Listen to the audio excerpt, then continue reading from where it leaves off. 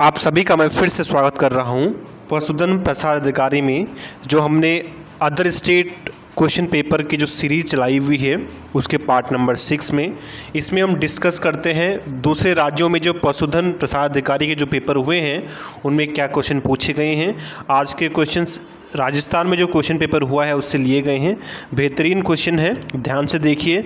इनका PDF आप नीचे टेलीग्राम चैनल है वहाँ से डाउनलोड कर सकते हैं। व्हाट्सएप ग्रुप का भी लिंक आपको नीचे मिलेगा। और इससे पहले मैं 5 पार्ट बना चुका हूँ, क्योंकि आपने नहीं देखे हैं तो देख लें ज़रूर। ठीक है, चलिए स्टार्ट करते हैं। चलिए, पहला क्वेश्चन है आज के लिए कि in which the ovule is not covered by ovary. इनमें से किस में बीजांड अंडाशय से ढका नहीं होता। तो बहुत ही आसान क्वेश्चन है। आपको होता होगा जो प्लांट होते हैं उनको दो कैटेगरी में डिवाइड किया जाता है, एक होता है जिम्नोस्पर्म, एक होता है एंजियोस्पर्म। जिम्नोस्पर्म वो प्लांट होते हैं जिनमें जो बीज होते हैं, जो सीड होते हैं, वो नेकड होते हैं, वो किसी से ढके नहीं होते। तो जिसमें जो ओव्यूल है, जिसमें बीजांड अंडाशय से ढका नहीं होता, उसे हम जिम्नोस्पर्म बोलते हैं। जैसे कि पाइनस होता है, जैसे चीड़ का जो पेड़ होता है उसमें आपने देखा होगा चीड़ का बीज, उसका जो बीज होता है वो बिल्कुल नेकड रहता है, उसके बाहर कोई कोटिंग नहीं रहती। तो जिम्नोस्पर्म इसका एग्जाम्पल हो जाता है। ठीक है, जबकि एंजियोस्पर्म वो होते हैं जिनमें बीज जो है, जिनमें सीड जो है सीड कोट के द्वारा कवर होते हैं। जैसे कि हमारे मैंगो हो गया, आपने कहा जो आम होता है उसका जो बीज होता है वो कवर रहता है बाहर से सीड कोट के द्वारा। तो ऐसा आपको ध्यान रखना है। ठीक है, चलिए सेकंड क्वेश्चन देखिए कि salient feature of bile juices, पित्त रस की विशेषता क्या है। तो जो बाइल जूस होता है इसकी विशेषता आपको पूछ रहा है। ये पहला है कि it is without enzyme, it has trypsin, it is acidic in nature और इट हैज़ लिपेज या लाइपेज। तो करेक्ट आंसर है इसका जो बाइल जूस होता है इसमें कोई भी एंजाइम नहीं पाया जाता। It has without enzyme. ठीक है, इसमें कोई भी एंजाइम नहीं पाया जाता। जो बाइल जूस होता है इसका मेन फंक्शन होता है फैट, जो फूड में, जो खाने में जो हमारी फैट होती है, जो वसा होती है, फैट को इमल्सिफिकेशन करना, फैट का इमल्सिफाई करना, ये किसका बाइल जूस का मेन काम होता है। ठीक है, और ये एसिडिक नेचर का नहीं होता। जो बाइल जूस होता है वो बेसिक नेचर का होता है। कैसा होता है? एल्कलाइन नेचर का होता है, क्षारीय माध्यम का होता है। अब आप मुझे कमेंट करके बताओ कि बाइल जूस कहाँ से सीक्रेट होता है। ये आपके लिए होमवर्क है कि बाइल जूस कहाँ से स्रावित होता है, कहाँ से सीक्रेट होता है, इसका आप मुझे कमेंट करेंगे। चलिए 23rd देखिए कि podocyte cells are found in. Podocyte cells कहाँ पाई जाती हैं? देखिए, पोडोसाइट सेल्स जो एक्सक्रीशन होता है उसमें हेल्प करती हैं। ठीक है, तो जाहिर सी बात है एक्सक्रीशन इनमें से किसका काम होता है, उत्सर्जन किसका काम है? तो किडनी में, किसमें? किडनी का मेन काम होता है एक्सक्रीशन करना। इसीलिए जो पोडोसाइट सेल होती हैं वो कहाँ पाई जाती हैं? वो किडनी में ही पाई जाती हैं। ठीक है, इसके अलावा टेस्टिस तो आपको पता है ये मेल रिप्रोडक्टिव सिस्टम का पार्ट है, यहाँ से स्पर्म सीक्रेट होता है। ओवरी में जो है, ओवरी आपको पता है फीमेल रिप्रोडक्टिव सिस्टम का पार्ट है, जो है इससे ओव्यूल बनते हैं। और पैनक्रियाज तो आपको होता है कि ये डाइजेशन सिस्टम का हमारा पार्ट होता है। ठीक है, तो करेक्ट आंसर क्या जाएगा? वृक, किडनी। नेक्स्ट कि pneumotaxic centre is found in. Pneumotaxic centre कहाँ पाया जाता है? तो न्यूमोटॉक्सिक सेंटर हमारे ब्रेन में पाया जाता है। कहाँ पाया जाता है? ब्रेन में। अब ब्रेन के पार्ट, हाइपोथैलेमस भी ब्रेन का पार्ट है, सेरिब्रम भी ब्रेन का पार्ट है और पोन्स भी ब्रेन का पार्ट है। तो अब कहाँ पाया जाता है? तो जो न्यूमोटॉक्सिक होता है वो ब्रेन के पोन्स में, कहाँ पे? PONS, यहाँ पे पाया जाता है। ठीक है, पोन्स वो एरिया होता है ब्रेन का जो हमारा जो है, जो बायोलॉजिकल क्लॉक होती है हमारे शरीर में, उसको कंट्रोल करता है। ठीक है, इसके अलावा टेस्ट को, इनहेल और एक्सेल करने की प्रोसेस को सब जो है ब्रेन के इसी एरिया से कंट्रोल किया जाता है। तो आंसर क्या होगा? न्यूमोटॉक्सिस कहाँ मिलता है? पोन्स में मिलता है। ठीक है, नेक्स्ट देखो 25 कि स्टील इंक्लूड्स, स्टील यानी स्टील रंभ में क्या आते हैं, यानी रंभ किस किस से मिलकर बना होता है। तो आपको पता होना चाहिए जो स्टील होता है वो वस्कुलर प्लांट्स में मिलता है और इसका मेन काम होता है जो फूड और वाटर ट्रांसपोर्टेशन में ये हेल्प करता है जाइलम और फ्लोएम को। स्टील में पित्त भी मिलता है, वस्कुलर बंडल्स भी मिलते हैं और पेरिसाइकिल भी मिलती है। 3 चीज़ें स्टील में मिलती हैं, यहाँ पे 2 लिखी हैं। तो पित्त और वस्कुलर बंडल्स जो है स्टील में पाई जाती हैं। ये वस्कुलर प्लांट्स में मिलता है और इसका मेन काम होता है जो ट्रांसपोर्टेशन होता है प्लांट्स में वाटर एंड फूड का, उसमें ये मैक्सिमम हेल्प करता है। ठीक है, नेक्स्ट देखो कि the placenta found in cow and goat, बकरी और गाय में पाए जाने वाला प्लेसेंटा किस प्रकार का होता है। तो देखिए जो बकरी और गाय है उसमें जो प्लेसेंटा पाया जाता है वो कॉटिलिडनरी प्लेसेंटा पाया जाता है। किस तरह का?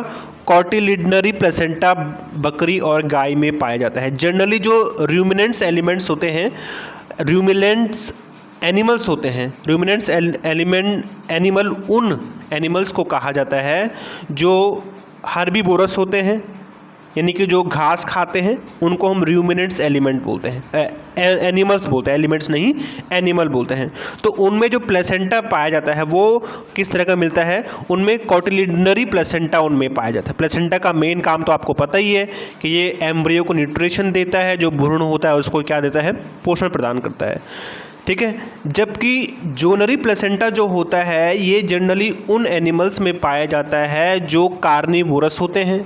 किस तरह के? जो कार्निवोरस होते हैं, जो मांस भी खाते हैं और घास भी खाते हैं, घास बोले तो घास भी खाते हैं। ठीक है, तो ध्यान रखना आपको, जोनरी प्लेसेंटा कार्निवोरस में पाया जाता है और कॉटिलिडनरी प्लेसेंटा उन एनिमल्स में मिलता है जो रूमिनेंट्स होते हैं, जो जनरली हर्बीवोरस होते हैं। ठीक है, अब आप मुझे कमेंट करो जाके कमेंट सेक्शन में कि जो ह्यूमन होता है, इंसान होता है, इंसान में कौन सा प्लेसेंटा पाया जाता है। ठीक है, या आप मुझे बताओ अगर आपको आता है तो। नेक्स्ट देखो, which is called as reptile like mammals, किसको सरीसृप के जैसा स्तनिक कहा जाता है। तो देखिए ये जो सभी हैं, spiny ant eater, spiny ant, इन सभी को क्या कहा जाता है, इन सभी को रेप्टाइल लाइक मैमल्स कहा जाता है, क्योंकि इनके शरीर में जो है मैमल्स के जैसे जो है लाइंस होती हैं, इसलिए इनको ऐसा कहा जाता है। नेक्स्ट देखो, द पिथ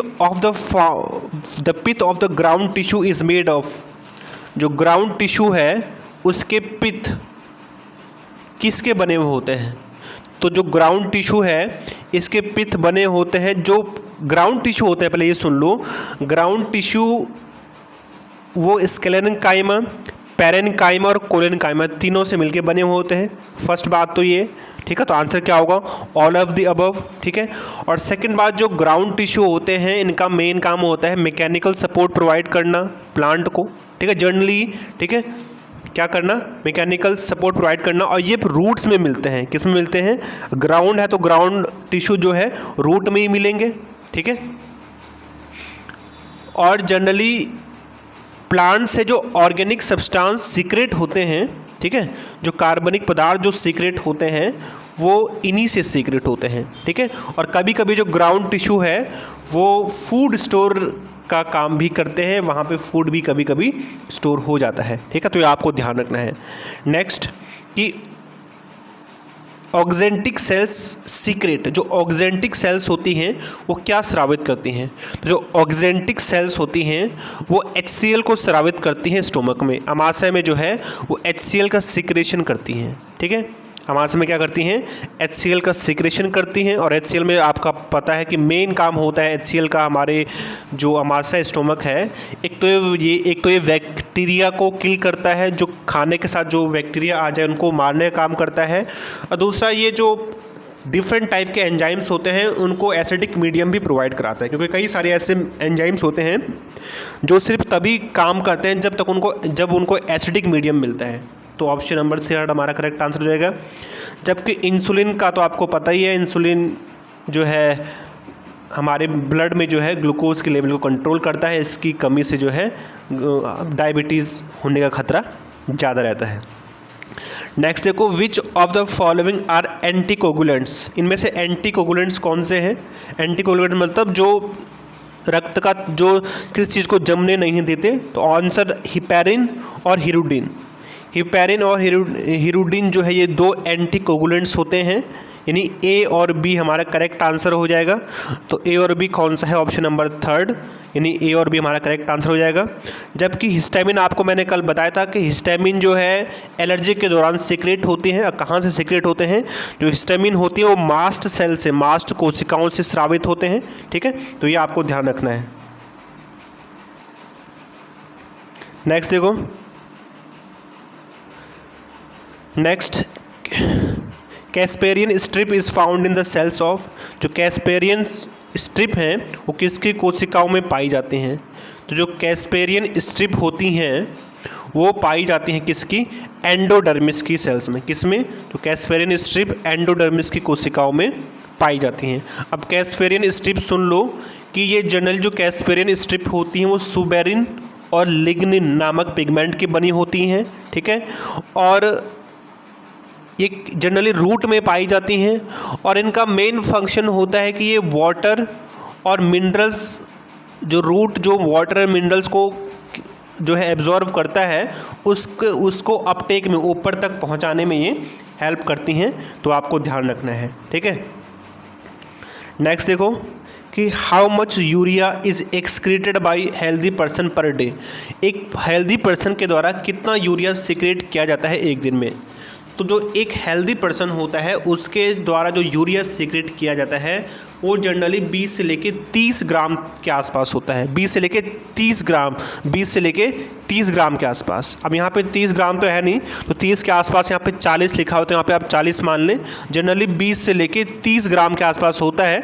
तो देख लें इसके आसपास जो भी वहाँ पे होगा उसको आप करेक्ट मान लें। तो यहाँ पे 40 ग्राम आप करेक्ट मान सकते हैं। ठीक है, नेक्स्ट देखो कि Y chromosome comes in which group of human chromosomes. मनुष्य गुणसूत्रों के किस समूह में वाई गुणसूत्र आता है? ठीक है, अब ये भी सुन लो पहले कि देखिए जो ह्यूमन क्रोमोजोम होते हैं उनको 7 ग्रुप में, कितने? 7 ग्रुप में डिवाइड किया जाता है, 7 भागों में। ए को बोलते हैं क्या? ग्रुप ए, यानी A B C D E F G तक बोलते हैं। तो जी तक 7 हो गए। तो ह्यूमन क्रोमोसोम को 7 ग्रुप में, ए से लेके जी, यानी group A, group B, group C, group D, group E, group F, group G. ठीक है, यहाँ तक डिवाइड किया गया है। जो वाई क्रोमोसोम आते हैं ये आते हैं ग्रुप डी में। किस में? ग्रुप डी में ये वाई क्रोमोसोम आते हैं। अगर आपको इस ग्रुप के बारे में नहीं पता तो आप मुझे कमेंट करो कि सर ये बता दो। अगर आपको नहीं पता तो अगर आप जानना चाहते हैं तो मैं एक वीडियो इसके ऊपर भी बना दूंगा कि कैसे क्रोमोसोम को ग्रुप्स में क्लासीफाई किया जाता है। ठीक है, नेक्स्ट देखो कि azolla is a example of. Azolla किसका उदाहरण है? तो जो एजोला होता है वो एक टेरिडोफाइट का एग्जाम्पल है। किसका? वो एक टेरिडोफाइट का एग्जाम्पल है। ये जनरली एक फर्न होता है। ठीक है, और एजोला जो फर्न है इसका उपयोग जनरली फूडर के रूप में, चारे के रूप में किया जाता है कैटल्स के लिए। और जो चूजे हो, मुर्गे हैंस होती हैं, उनको भी फूडर के रूप में इसका दिया जाता है। और इसके अलावा ह्यूमन के द्वारा भी इसका उपयोग खाने में किया जाता है। ठीक है, तो आपको इतना ध्यान रखना है। नेक्स्ट देखो कि HIV virus is a, HIV virus होता है, क्या होता है? Retrovirus, RNA virus, DNA virus या HTLV-3। इसमें से आपको ये मल्टीपल चॉइस क्वेश्चन है, इसमें 2 से ज़्यादा, 1 से ज़्यादा आंसर सही है। जो HIV वायरस होता है इसकी फुल फॉर्म होती है ह्यूमन इम्यूनो वायरस। इतना तो आपको पता है। अब इसको किस और नामों से जाना जाता है? तो जो HIV वायरस होता है इसको रेट्रोवायरस भी कहते हैं, क्योंकि ये रेट्रोवायरस फैमिली से आता है। ठीक है, एक दूसरा इसको RNA वायरस भी कहते हैं, क्योंकि इस HIV वायरस में जो जेनेटिक मटेरियल होता है वो RNA होता है, इसलिए इसको RNA वायरस बोलते हैं। DNA वायरस नहीं कहते इसको, तो ये नहीं होगा। और HIV का पुराना नाम है HTLV-3। HIV का पुराना नाम क्या है? HTLV3। तो HIV को 3 नामों से जाना जाता है। रेट्रोवायरस क्योंकि रेट्रो फैमिली से बिलोंग करता है, RNA वायरस क्योंकि इसमें RNA जेनेटिक मटेरियल पाया जाता है, और इसका पुराना नाम क्या है? पुराना नाम, ओल्ड नेम HTLV3। तो करेक्ट आंसर क्या होगा? A, B और D। तो है कोई ऑप्शन में? हाँ, ऑप्शन नंबर थर्ड, जो थर्ड ऑप्शन है हमारा, वो हमारा करेक्ट आंसर हो जाएगा कि A, B और D इस नामों से इनको जाना जाता है। चलो नेक्स्ट देखो, androgen hormones is secreted by. जो एंड्रोजन हार्मोन है वो किसके द्वारा स्रावित किए जाते हैं? बहुत ही लड्डू क्वेश्चन है, ये आप मुझे कमेंट करो, ठीक है? ये आप मुझे कमेंट करो, ये मैं नहीं बता सकता आपको, ये आप मुझे खुद से कमेंट करेंगे। सर्टोली सेल्स तो हो नहीं सकती है, हमने कल ही आपको बताया था कि सर्टोली सेल्स क्या होती हैं, ठीक है? तो आप मुझे कमेंट करोगे एंड्रोजन हार्मोन्स कहाँ से सीक्रेट होता है। नेक्स्ट देखो कि विच of the following is correct food chain. इनमें से कौन सी सही फूड चेन है? ठीक है, ये 12th के NCERT से लिया गया क्वेश्चन है। तो देखो फर्स्ट ऑप्शन देखो कि फ्रॉग को स्नेक खाता है, स्नेक को ईगल खाता है। अब ईगल को ग्रास हॉपर तो नहीं खाता है, तो गलत हो गया, ठीक है? फिर ईगल को स्नेक खाता है, हाँ ये भी गलत है, ये भी क्या है? गलत है, ठीक है? ग्रास हॉपर को ग्रास खाता है, ग्रास को स्नेक खाता है, तो स्नेक तो नहीं खाता, ग्रास को, गलत है। जो ऑप्शन नंबर 4 है हमारा वो करेक्ट है। देखिए ग्रास है, ग्रास को ग्रास ऑफर खाएगा, ग्रास ऑफर को फ्रॉग खाएगा, फ्रॉग को स्नेक खाएगा, और स्नेक कौन खाएगा? ईगल खाएगा। तो ऑप्शन नंबर 4 हमारा एक करेक्ट फूड चेन को इंडिकेट कर रहा है, ठीक है? तो ये सही एक खाद्य श्रृंखला है हमारे पास, बाकी सभी के सभी ऊपर के गलत है। नेक्स्ट है कि vegetative reproduction in cycas is by. जो साइकस होता है, क्या होता है? साइकस एक जिम्नोस्पर्म है, आपको पता होना चाहिए, ठीक है?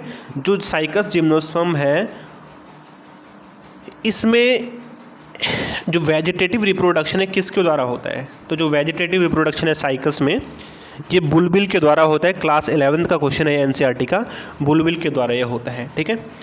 साइकस आपने देखा होगा, जो बहुत सारे गार्डन्स में, घरों में, ये एक ऑर्नामेंटल प्लांट है, बहुत फेमस है, ठीक है? तो सजावटी पौधा है एक, इसके लिए इसका यूज़ किया जाता है। जिम्नोस्पर्म है, इसमें नेकेड सीड पाए जाते हैं।